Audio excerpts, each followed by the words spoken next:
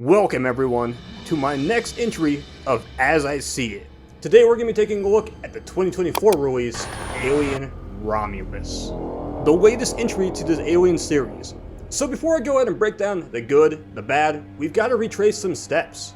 And we go back to the very beginning, the original Alien film, often applauded for its mystery, suspense, such a creative gem for the time of its release, becoming a high bar in its genre of films.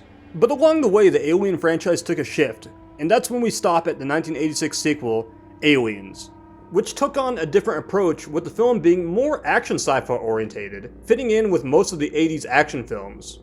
And then we go to Alien 3. The series tried to reclaim its foundation and go back to more suspense, before returning to action sci-fi themes with Alien Resurrection. It felt at this point though, much of the suspense and horror aspects had been dialed back though, especially upon crossing the Alien and Predator franchises together. So we reached Alien vs. Predator Requiem, and it appears at this point after the release of the film, the plans of a third film had been long abandoned. And so we marked a brand new chapter in both franchises' history.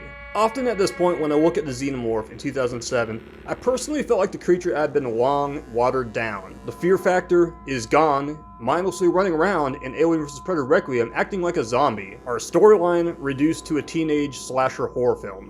What happened to the perfect organism? And its portrayal with levels of intelligence and stealth. It really felt like it was time for a change. But before change, we will be introduced to controversy in the series. Hence, at this point, we would not see a Xenomorph appear on screen until 2017. And this discounts the polarizing opinion of Prometheus, which expanded beyond the Xenomorph in the Alien series universe. Now I'm gonna summarize something. It felt like at this point, by the time of 2024, we had not had a true Xenomorph experience for at least 27 long years. So this brings me to Alien Covenant. Often I've called the Protomorph a fan service. The Protomorph appears after so much build and suspense, waiting to see the creature on screen, then is suddenly killed off. Rinse and repeat, we see that once again. I firmly recall actively waiting for this movie to end, and I shouldn't feel that way. But between Alien Covenant and Prometheus, there was a glimmer of hope that reminded us of where this all began. However, it wasn't a feature film. Alien Isolation, set between the events of the original film and James Cameron's Aliens. Now more than often, every other Xenomorph game has a very simple premises. Drawing inspiration from Aliens, running, gunning, but what if we made a game that made you feel like you were in the events of the original Alien film? A game that forced the player to think fast, survive off limited resources. And the thought that I pondered while playing Alien Isolation during my first experience was, imagine if we saw another film capture the essence of what the Xenomorph really could do. 2024, we enter Alien Romulus. Directed by Fede Alvarez. Casting Kaylee Spaney, David Johnson, Archie Reno, Isabella Merced, and company. Romulus was greenlit in 2019. This comes off the heels of the acquisition of 21st Century Fox by Disney. Now, Alien Covenant didn't exactly get the traction to complete Ridley Scott's planned third installment. Neil Blomkamp's Alien 5 was considered to be done and a project effectively off the table. Meanwhile, on the flip side of the table, the Predator series would get a flop of a film and a Hulu release with Prey in 2022, which sparked interest of releasing an Alien film on Hulu, eventually in 2024. At least this was the initial plan. At some point, Alien Romulus was upgraded from streaming service to a full-blown theatrical release, with the film being set between Alien and Aliens, with Isolation being set 5 years before Romulus. Now I believe it's important to bring Isolation into the conversation when we're talking about Romulus. Now yes, both Romulus and Isolation pay tribute to the source material, the original film, but Romulus tends to give Isolation its flowers, making Isolation one of the most universally accepted games in movie canon, even over Aliens Colonial Marines, which developers had stated was canon, but is no longer accepted as canon by the fans. Yet most fans consider Isolation canon, and no developer ever declared that it was canon. We just love the game so much, we don't give a that IGN said it sucks. It's to the point that Isolation is subtly nodded to in Romulus. We even see the emergency save station that we all panicked and ran to as soon as we saw one.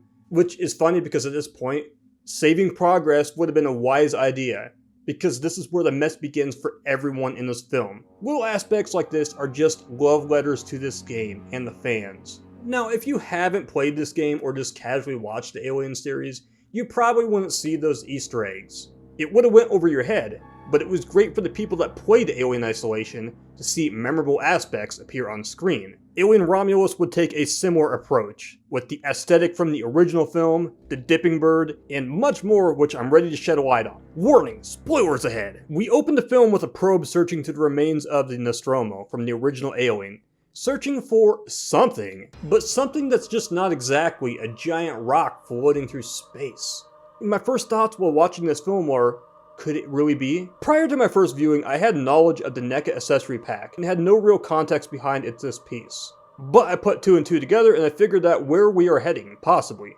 Bringing Big Chap back into the events of the new Alien film. Even in his final moments of the classic 1979 film, he wasn't as finished as we thought, but would have one last rampage of terror. Now, unfortunately, this isn't witnessed by audiences watching the film. You don't get to see it. It's all left up to your imagination upon watching the film. However, it is touched upon in Alien Romulus Prelude comic. So the idea of salvaging the Big Chap is kind of similar to Charted Waters that we've seen before, specifically Alien Resurrection. In this case, Weyland-Yutani begins creating artificial facehuggers, along with the extraction of Z01 pathogen within the xenomorphs. And this is where we bridge together Ridley Scott's prequel series. Now personally I found this to be intriguing but also yet shocking, because Prometheus is either loved or hated. There's really no in between when you talk to fans about it.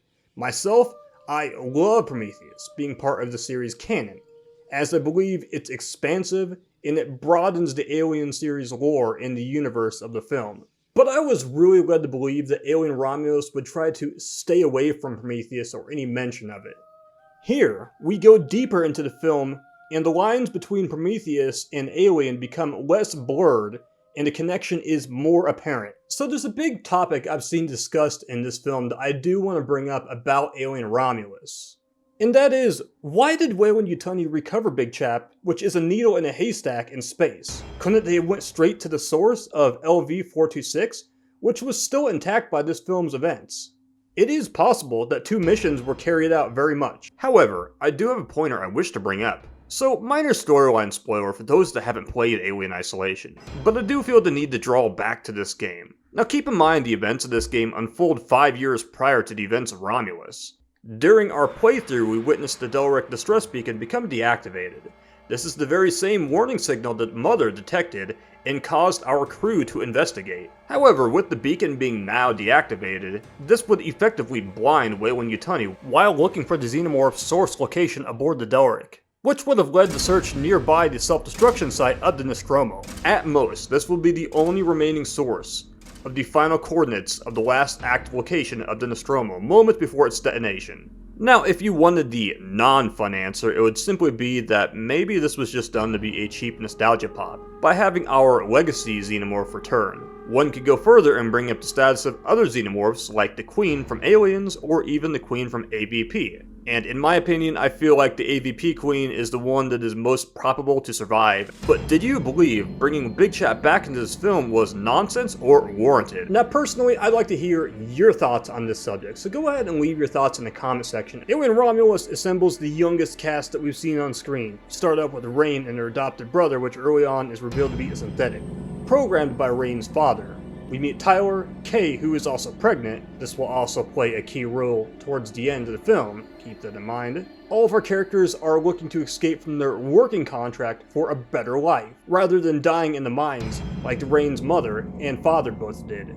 We're led to our crew commandeering a ship to go up above to the Renaissance ship, where finally the group will go into cryostasis for 9 years before they reach their destination of Uvaga 3, a planet free of Weyland-Yutani's control. And this film exhibits something that hasn't been seen since Aliens, and this is where we're going to talk about Andy. Andy's primary directive throughout the film is to protect Rain at all costs. Now what about those similarities I draw to Aliens? Well, we're going to talk about that. Remember how Ripley had no trust for Bishop? There seems to be a lack of trust from Bjorn, whom lost his mother in the mines due to a synthetic who sacrificed her life to save others. In the meantime, based on this scene, Andy is being attacked, and there seems to be a disdain and stigma towards artificial humans, despite the fact that Andy has a warming personality, programmed with dad jokes. Why don't monsters eat clowns? Because they taste funny. And compassion towards caring about humans when they're exhibiting anxiety. Where this behavior expands is when we watch Andy become rebooted with a new chip in his module,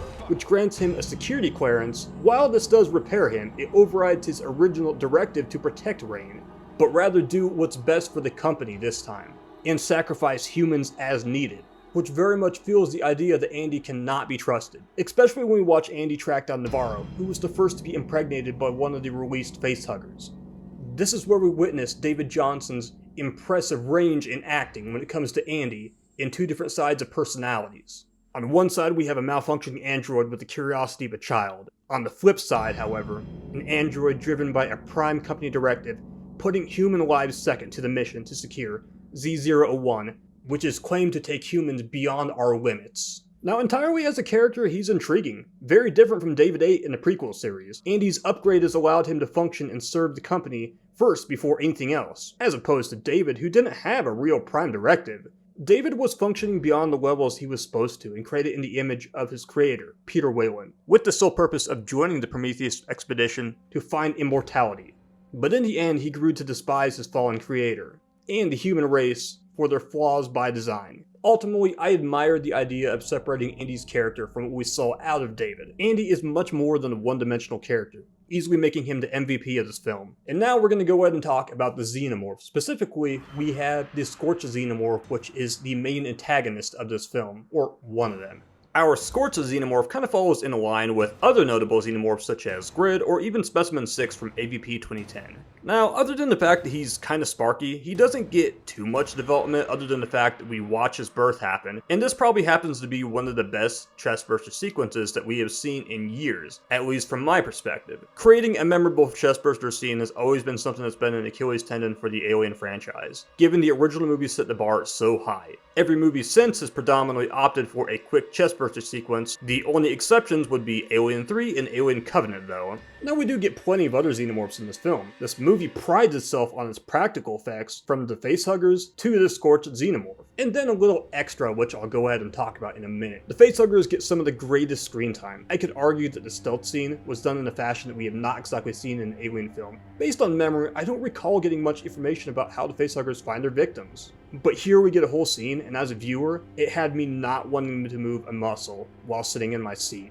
And meanwhile, on the other end of the ship, holy shit, we have Kate in danger, and we see a Xenomorph released from its cocoon, which at this point we had not seen this stage in Alien Lifecycle on screen. It was exhibited in Alien vs. Predator Extinction, however. This scene is absolutely jarring and beautiful at the same time, knowing this is all practical, as the beast is unleashed. It's all done in conjunction with the facehugger scene, making this entire segment one of the highlights of the film. Run. And let's also consider this design is a step up from what we saw in Alien Covenant and even AVPR, with a throwback of elements to the classic H.R. Giger design. Now, for every new Alien film, you always feel like somewhere along the line, there's going to be something new introduced, and I didn't believe this film was going to be an exception.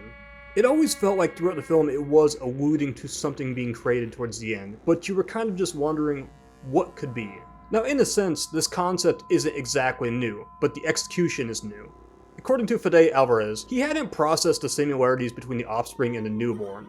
Really, the Offspring is intended to look like the engineers from Prometheus, since their building blocks are in the black goo. While they both share human characteristics, keep in mind, in the series, human creation stems from the engineers. The Newborn was a byproduct of cloning experiments, when the Queen became contaminated with human DNA, thus birthing the Newborn. The Offspring is a result of Kay injecting herself with the mutagenic compound, which mutated her fetus.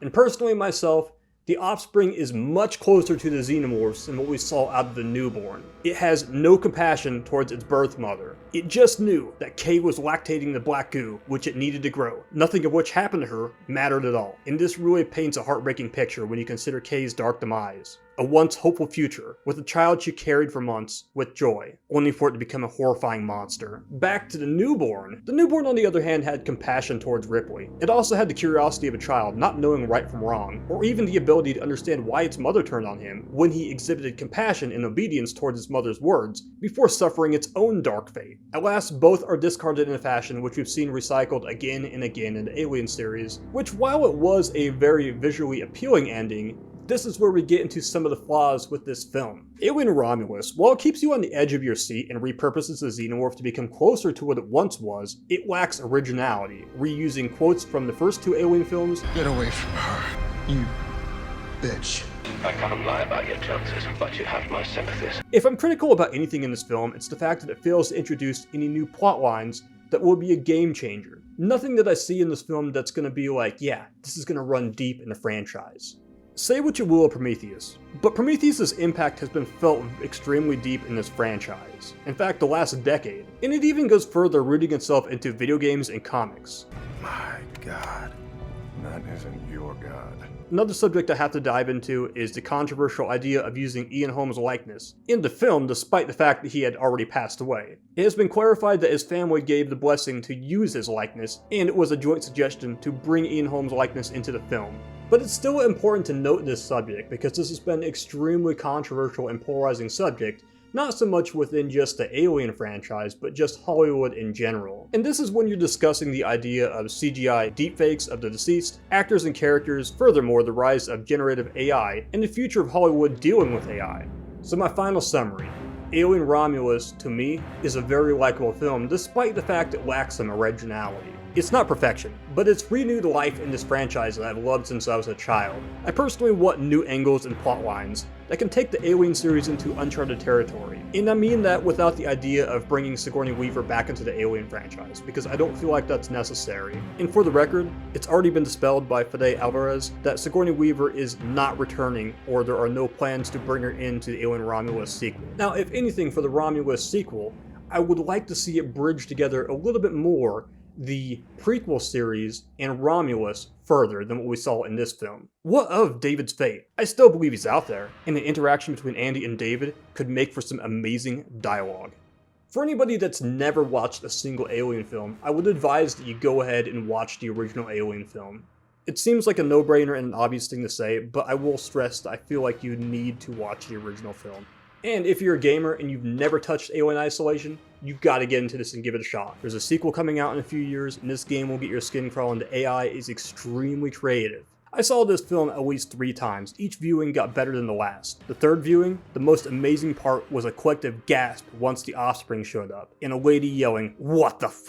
And that's the kind of stuff that I love. I hate dead reactions out of crowds. And this concludes my breakdown of Alien Romulus. If you haven't, be sure to check out my NECA Alien Romulus figure reviews that I've already filmed. I'd also like to announce that I'll be working on the Jurassic World Fallen Kingdom review next. We have to close out the Jurassic series before Jurassic World Rebirth releases. So keep your eyes peeled, like, subscribe, leave your thoughts in the comment section, and let me know, did you like Alien Romulus or did you pan this movie? I'll catch you guys another day. You guys stay cool.